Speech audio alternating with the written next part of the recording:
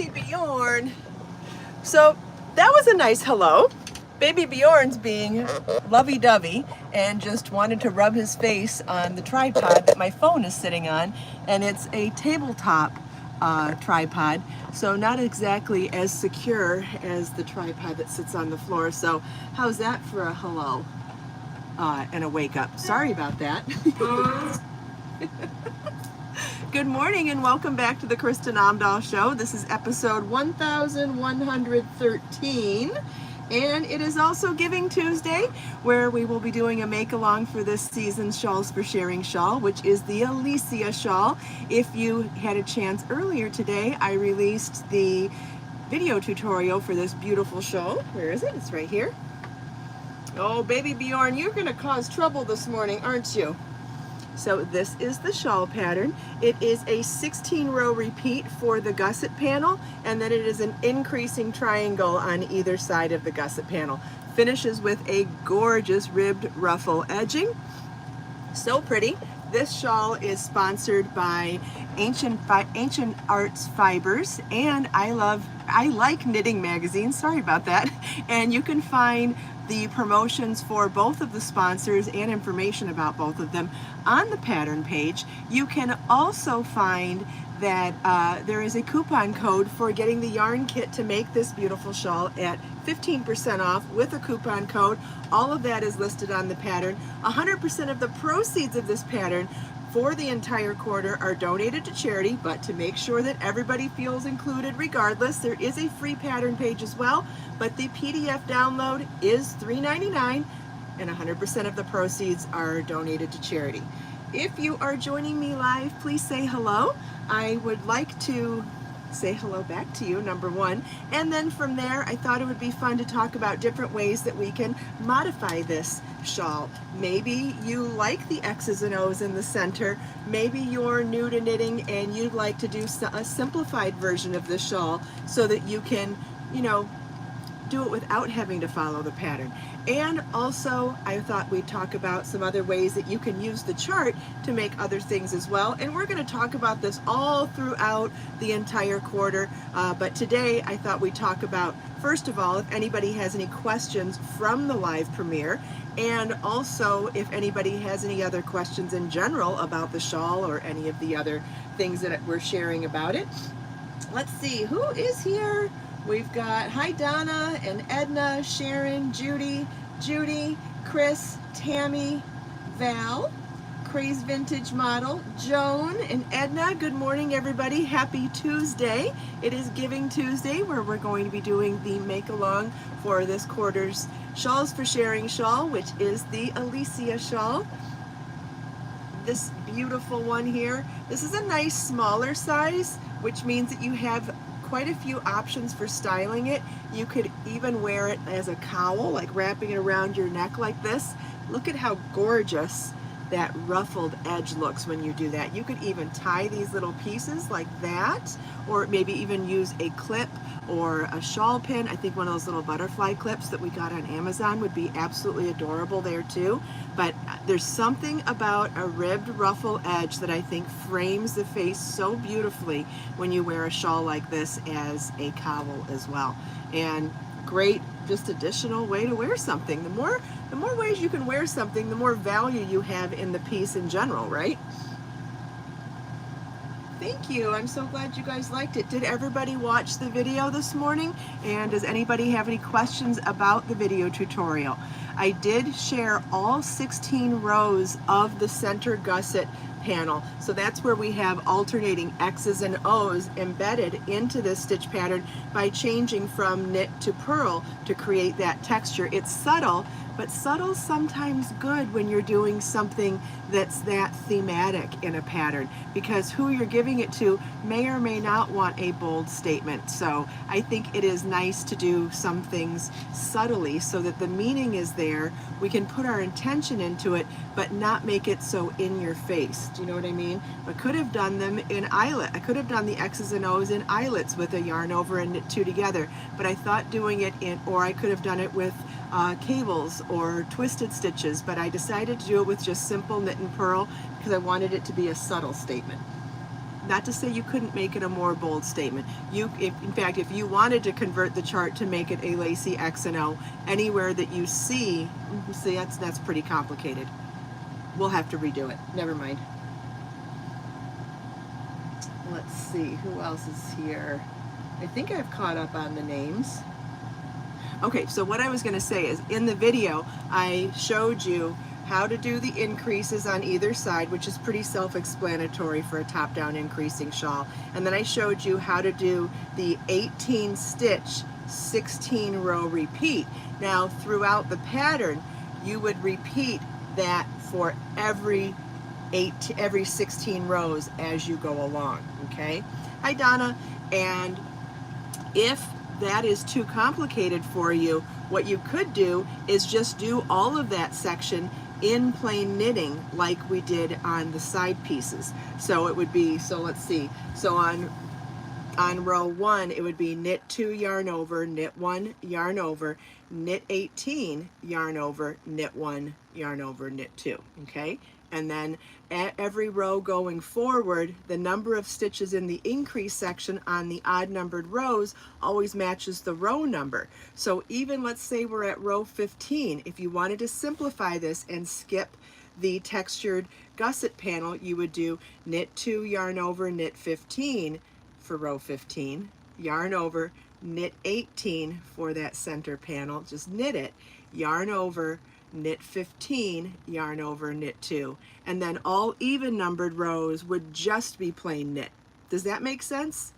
There's that baby Bjorn. He's got one ear showing. One eye and one ear. Does that make sense though? I want to make sure that that makes sense. If anybody wants a simplified version, you know, an 18 stitch 16 row repeat is something that you have to follow along on every row as well. So if you want to do a simplified version, just to take on the road, to take on a trip, something that you can just set it and forget it, so to speak, where you just want to knit and not have to think too much about it, you could skip the stitch pattern in the center here and just do the whole thing all in knit. And if you're new to knitting, that might be a better choice for starting. Also, if you want to practice this stitch pattern alone before adding it to a top-down increasing shawl, you could cast on 18 stitches and then work the 16 row repeat to practice the actual chart first. Also, I've had some questions about the shawl because like on some of the rows, like on the wrong side rows where you're not increasing, you'll see that there's a knit 2 and then a larger knit, like it'll be 2 sets of knitting in there. The reason why I separated things like that is because I put this panel by itself on the pattern because I do think that a beginner might really enjoy adding stitch markers on either side of this so that you don't forget where the increasing triangle sections are and where that center gusset panel is with the 18 stitch 16 row repeat is. It's really important that you stay on track, and if you're worried about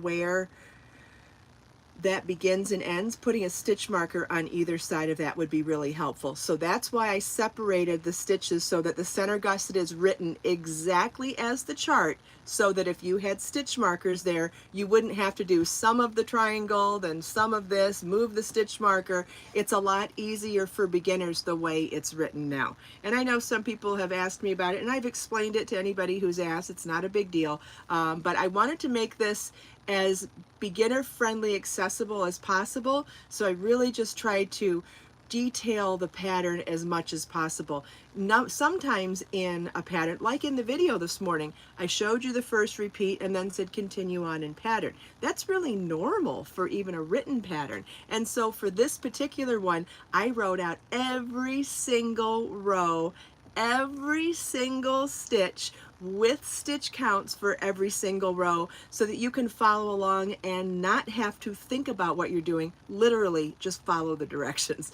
So sometimes that's easy too. Like if you print out the pattern, then you can check off and make sure you're on the row you're supposed to be on, like, because you're not going to make it in one sitting, right? You're going to set it down, come back. What I like to do when I'm doing a pattern online though, like let's say you're using the download on a device, your laptop or some other device, I like to highlight the row that I'm working on so I don't forget where I'm at. And that works for me too. Yes, it is a lot of detail, Chris, and it means it's a very long pattern too. But again, if you're new to doing something like this, having that ability to keep your place is really, really helpful.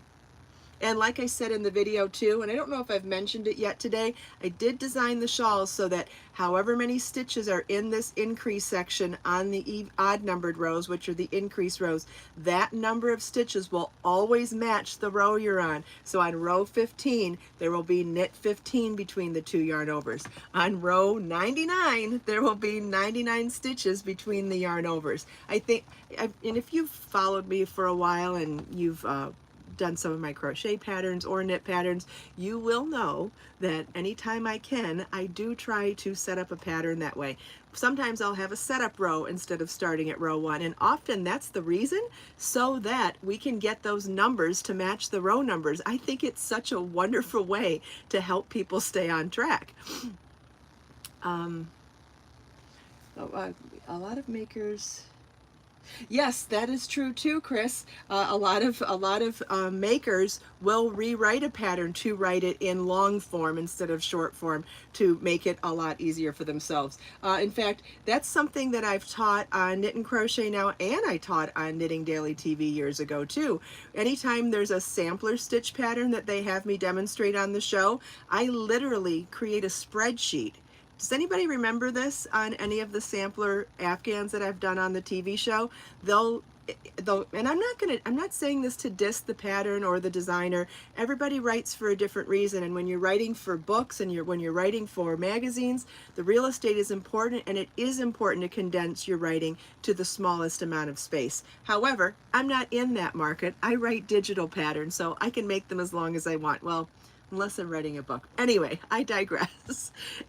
My point is, in those patterns that I had to demonstrate on the show, there would be, here's stitch pattern A, here's stitch pattern B, here's stitch pattern C, like written out on their own like they would be in a reference book. And then when it came to the pattern, it would say, work stitch pattern A over 8 stitches, work stitch pattern B over 14 stitches, work stitch pattern C over 16 stitches, then stitch pattern B over 14 stitches, and then stitch pattern A again over 8 stitches, and do a selvage edge of 3 stitches and garter stitch on each side.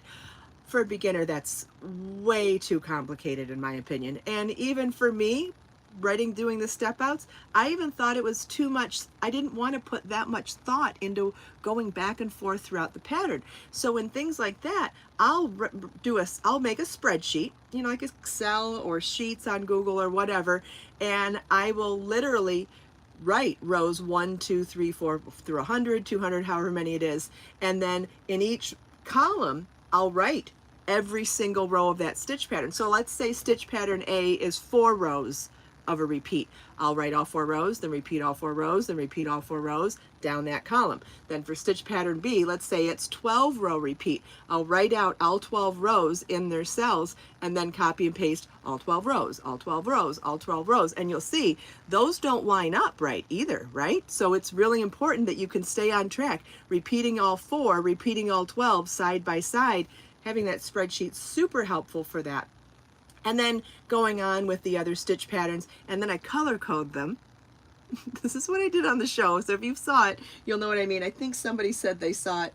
Marcia says she remembers seeing that. And so then I color coded each of those columns so that you could see when you're doing one stitch pattern one and the other, to have that visual. And then if that's not enough, I would use the same color stitch markers to separate each stitch pattern to match the highlights on the chart. Boom, mic drop, right? No, it's a lot of prep work, but I'll tell you, it made all the difference in making it a fun project to work on after that. It became a much more relaxing project because I didn't have to go back and forth between multiple sections of the pattern. In fact, I used to use a tech editor years ago that would change my patterns that way in some of my books, and even some of my patterns that were written before, like when I wasn't publishing, when I published for Interweave Press or magazines, or even some of the first patterns that I published on my website, where they would force that style, and ended up firing that editor because it's not the style that suits me. It's really important to me to make a pattern as easy to read as possible for my viewers, my audience, my my people. And those of you that have made more than one of my patterns, or maybe you've even just made one of my patterns, those of you that have been making my patterns know exactly what I'm talking about. I put a lot of thought into the structure of a pattern and in the ways that I teach a pattern, whether it's with charts, written instructions, supplemental video tutorials. Everybody learns differently, and it's that much more important to offer your teachings in multiple formats to help as many people as possible. Some people, okay, you could be a visual learner, an audit, I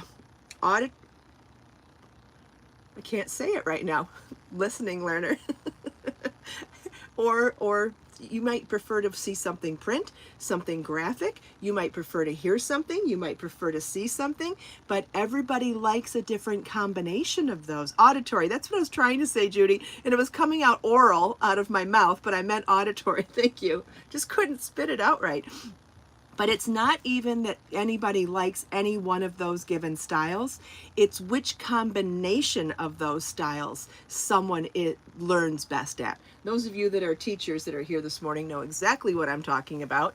And, I think the key to being the and the best way to get to people. Someone's asking, is Bjorn here? He sure is. Here's my sweetheart sitting on his pink banky. For those of you that were here in the beginning of the show, he knocked over the tripod, rubbing his face on my phone. And he probably saw himself in the camera. Oh, that sweet baby. He goes, look at that handsome kitty. Who's that? No, I'm just kidding. I don't know. I don't think he likes other kitties since Becker died. I think he only likes himself anymore. Yeah, he popped up. He's popped up a couple times. I think he's in the thumbnail too. I think he's in the thumbnail photo as well. Drinking a different kombucha today. Different one was on sale at Publix. This one's pineapple and coconut. Oh my goodness, is it delicious. Hi, Carrie. Thanks for joining. It's called Mother Kombucha if anybody's interested. And the flavor's called the Trop, pineapple and coconut. It is absolutely delicious. Yeah, he walks in and out. Okay, the thing that I didn't show on the video this morning, and if anybody needs to see it, I can certainly add that to another video. I did not show how to do the edging on this shawl, but I gotta tell you, it is so incredibly easy. And you might get intimidated when you see the stitch count. Angela, your husband asked if your yarn was Bjorn soft.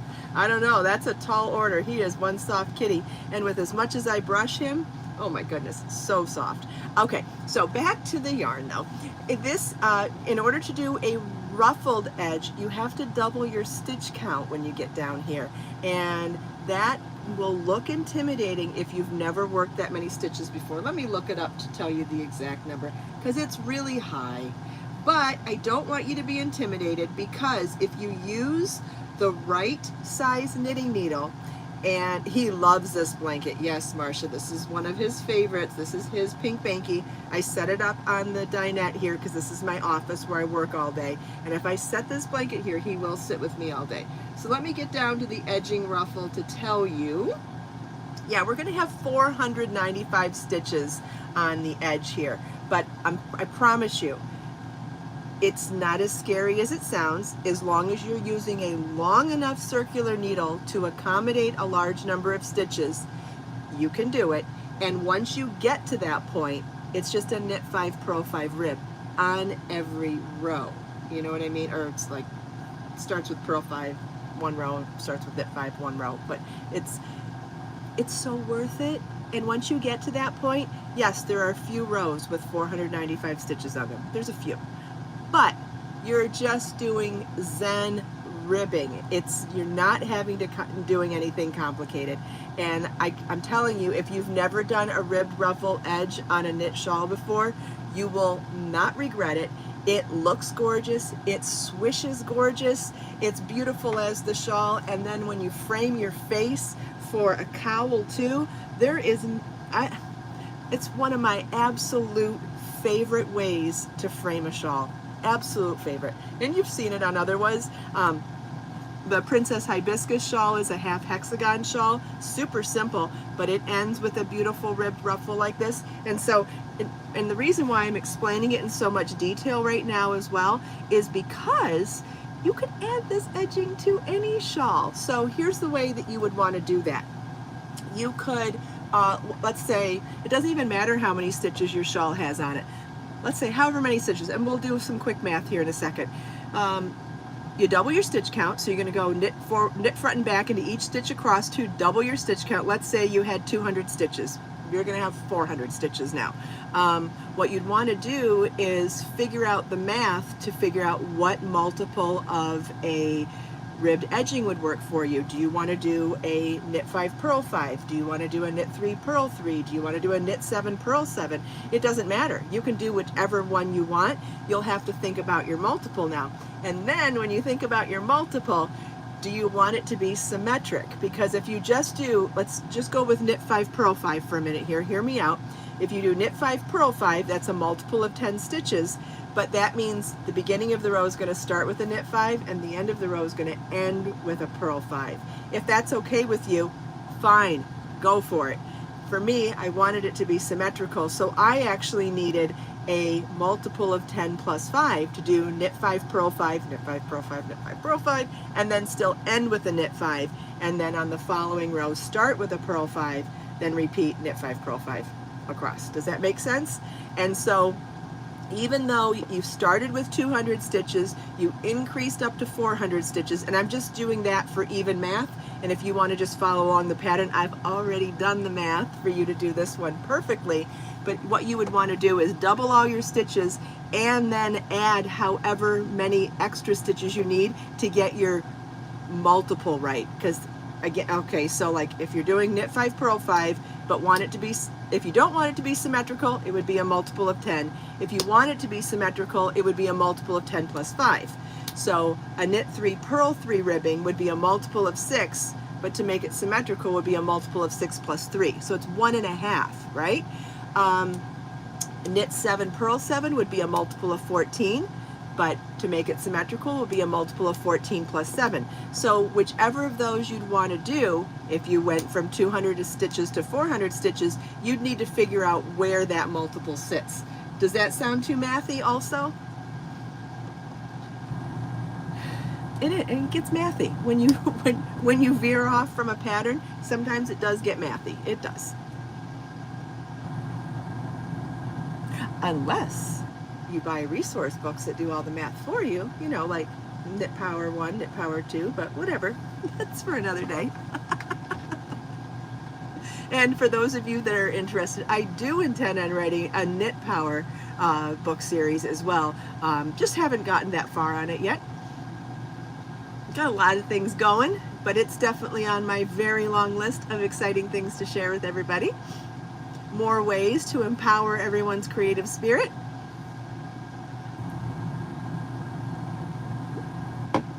Oh good, I'm so glad so many people have said that this makes sense, because this means, oh, Crazed Vintage Model, she doesn't like ruffles because they look crooked or sloppy to her. Well, I'll tell you what, doing a ruffle in ribbing, I think gives it a lot more structure. So maybe you would be interested in trying this. It's one of my favorite edgings in the entire world. Maybe not knit and crochet combined, because there's a lot of, I like a lot of crochet edgings too. But in the knit world, with considering all the lace edgings that I've ever done and all of the things that I do love, I would have to say I think a ribbed ruffle edging is one of my favorites. Wouldn't this be amazing on a baby blanket? Oh, so gorgeous. There's just something so sweet and delicate and, I don't know, crisp and pristine. I don't know, there's just, it's one of my favorites. Yeah, it isn't that great, Chris. Chris says, thanks for doing the math for us because her brain doesn't compute. Well, isn't that wonderful? We all need to have our own separate role in the world, right? If everybody could do math the same as me, I wouldn't be relevant. So, and whatever your skills are, you have skills that other people don't have. That's what makes us unique. You know, I always say we're more alike than we are different, but we are all unique individuals too. And anytime we have a skill set that's different from others, it gives us value and gives us relevance in the world. And, you know, it gives us a place in the workplace or a place relevance. Hi, Irma. Good morning.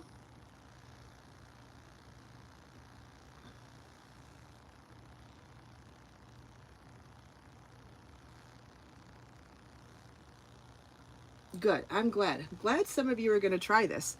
And I would really love to see what you make with the shawl, whether you do it with the center gusset as is, whether you do it in DK weight yarn. Oh, that's the other thing I wanted to mention. Top down increasing triangles, top down increasing shawls, whether they're knit or crocheted, you can do it in any weight yarn with any size needles or hooks that are appropriate for the yarn you're using. So for example, I did this on US 5 needles with DK weight yarn. If I was going to do this on worsted weight yarn, I might use a size 8 or 5mm set of knitting needles. If I was going to do a bulky weight yarn, I might use a 6mm or 6.5. Super chunky, I love using super chunky yarn number 6 with 10mm needles. If I was going to do this on sport weight yarn, I might go down to a 4 or a 3 set of knitting needles. And fingering weight would probably be really pretty in a 3 also, or like 3.25 or 3.5. But that's what I mean by appropriately sized knitting needle. You don't want to do this one too lacy. You know how sometimes when we do open work lace, we use a larger needle than is generally appropriate for a yarn. You don't want to do that in this one because you want to have some structure in that gusset panel so that you can see that texture of the knits and purls going back and forth. Ah, thank you, Janet.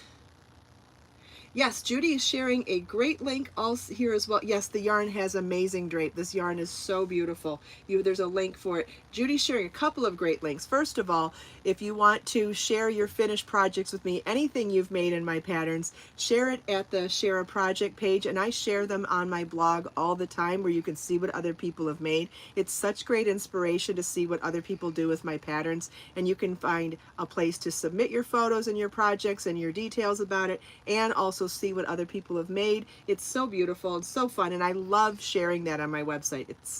It makes me feel good too. And then if you want to share privately, there is the forums on my website. It's also where you can continue this party throughout the day too. We talk live here during the show and on YouTube, but it's only for 30 minutes, right? If you want to chat with people longer throughout the day, you can chat on my forums. It's 100% private.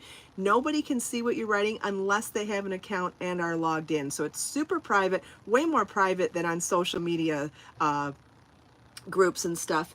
And you could even private message each other on there for even more privacy, but it's a great way to keep the party going throughout the day. I know we've built such a beautiful community here with so many nice people, and if you want to continue chatting with your friends throughout the day privately, you can go to the forums and do that. You can share your photos, your progress photos there as well, and when you have your finished photos, please share them with me for the Share a Project, and I'll share them publicly on my blog so everybody can see your beautiful work.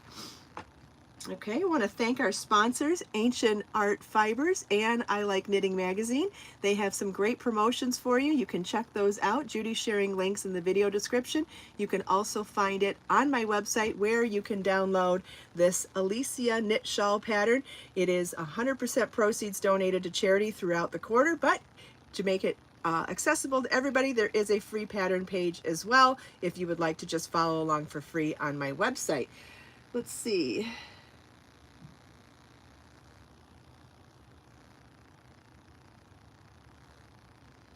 Sharon, You just need to have a JPEG. You need to have, your photos need to be a JPEG or a PNG.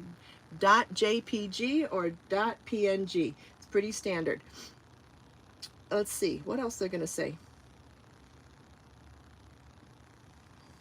Yeah, oh yeah, Bjorn's checking it out again. Bjorn's here. You want to say hi, sweetheart? There's the baby. There's the baby. You're welcome. All right, and if you are new to my channel and haven't already subscribed, please consider subscribing to my channel. You can be first to know when I have new tutorials released or when I'm going live. And if once you click the subscribe button, you can click that notification bell next to it, so you'll always know every time I'm here. I also share posts on my community tab, so if you want to go to my channel page and look at community posts, I often share promotions or sales or exciting new things there. Like I have a sample sale going on my website right now. I'm also part of a holiday crochet bundle where you can get 45 patterns from 41 designers this week only for 90% off. I share all sorts of fun stuff there, or when I have new patterns released.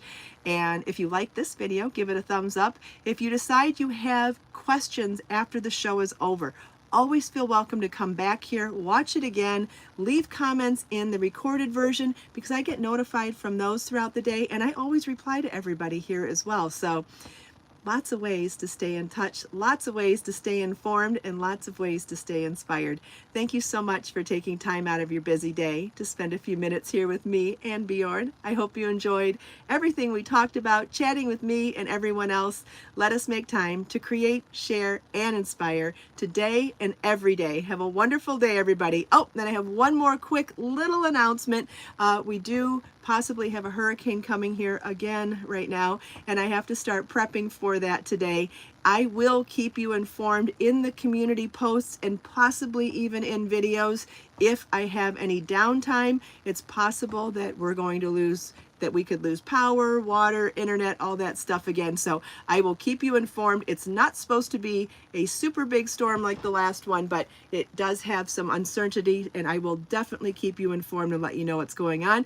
If everything's great, we'll just go back to normal and just talk about knitting and crochet. So fingers crossed. Have a great day, everybody, and I'll see you soon. Bye-bye.